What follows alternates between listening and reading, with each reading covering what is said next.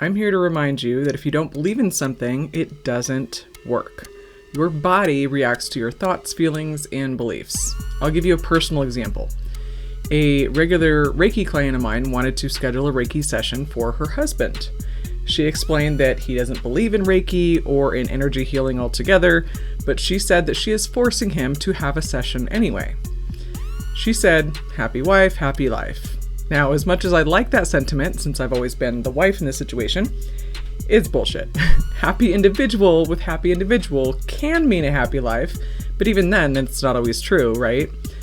Anyway, I told her if he doesn't believe, I didn't want to waste his time or mine, and I'm not going to schedule a session.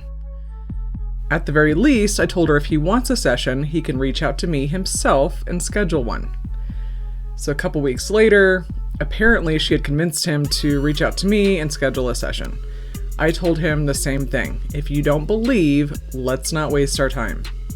He said he was going to try really hard to believe before his session, and that he was willing to try anything to help some chronic back pain that he had experienced for too many years, and to stick with the scheduled appointment.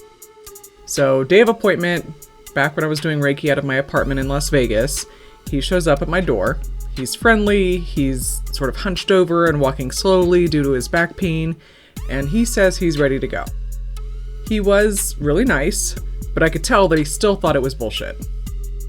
I explained to him, based on personal experience, his energy system will resist and block the energy healing if it doesn't believe there's a possibility it can work.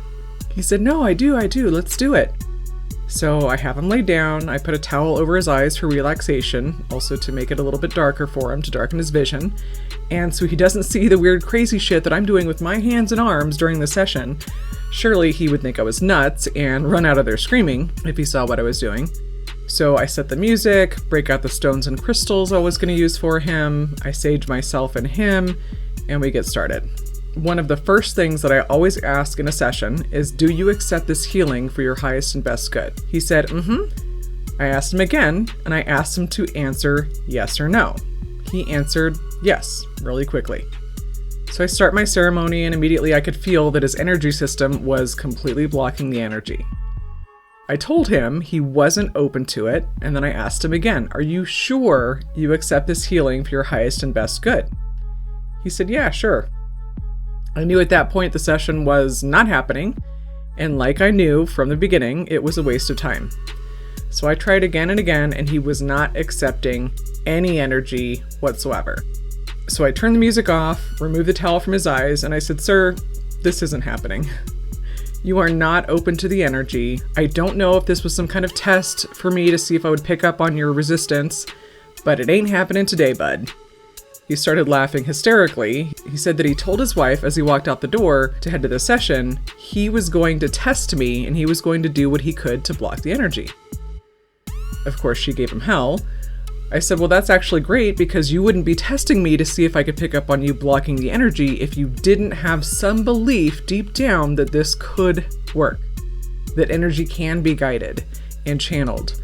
Otherwise, how could you block something that doesn't exist?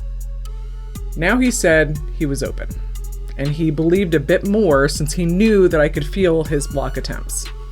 So he laid back down, again, towel over the eyes, music started, Reiki going, and lo and behold, it flowed easily and quickly.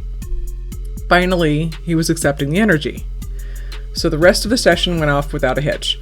By the end, he was feeling great. He was relaxed, he had less pain in his back, he felt more at peace and less stressed, and he felt lighter. Moral of the story is, don't fuck with a Reiki master. No, I'm kidding.